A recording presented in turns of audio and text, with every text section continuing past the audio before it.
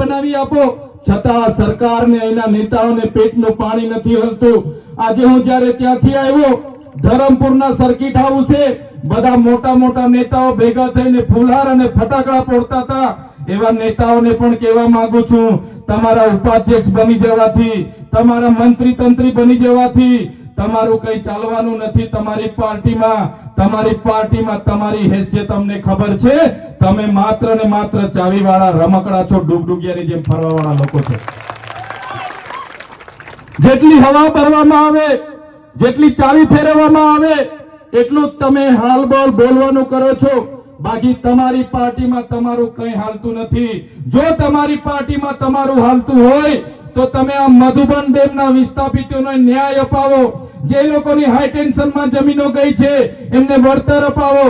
જે લોકોની હાઈવેમાં જમીનો જાય છે એમને વળતર અપાવો। જે લોકોની કોરિડોરમાં જમીનો ગઈ છે એમને વળતર અપાવો। તમારી સરકાર દેશ અને કેન્દ્રમાં, દેશ અને રાજ્યમાં છે। જે ખેડૂતોના પેન્ડિંગ દાવાઓ છે, જો તમારું ચાલે છે તમારી સરકારમાં, તો હું તમને આ મંચ પરથી કહેવા માંગુ છું, અમારા ખેડૂતોના જે પેન્ડિંગ દાવાઓ છે તે મંજૂર કરી દો। આ ચૈતર વસાવા તમારા વિસ્તારમાં આવીને આવવાનું ભૂલી જશે। તમારા વિસ્તારમાં ક્યારે નહીં આવી અમે। માત્ર ચૈતર વસાવા આમ આવે, ચૈતર વસાવાએ તેમ કર્યું, ફલાણું કર્યું, ઢીકણું કર્યું। ચૈતર વસાવાને ગાળો ભાંડવાથી આદિવાસી સમાજનો વિકાસ થવાનો નથી। જો મને ગાળો ભાંડવાથી મારા સમાજનો ઉદ્ધાર થવાનો હોત તો આ ચૈતર વસાવા રોજના તમારા કાર્યાલય સવારે તમારી ગાળો સાંભળવા આવવા પણ તૈયાર છે।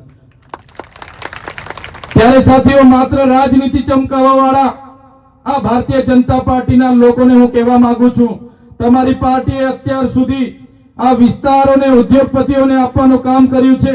અમારા યુવાનોને રોજગારી નથી। અહીંથી સેલવાસા, અમારા દમણમાં જવું પડે, સેલવાસા જવું પડે, વાપી જવું પડે, તારે મારા યુવાનોનું ત્યાં 12 કલાકે કામ કરાવવામાં આવે, શોષણ કરવામાં આવે, પીએફ ન મળે, વીમો ના મળે, એરિયસ ના મળે, કાયમી ન કરવામાં આવે।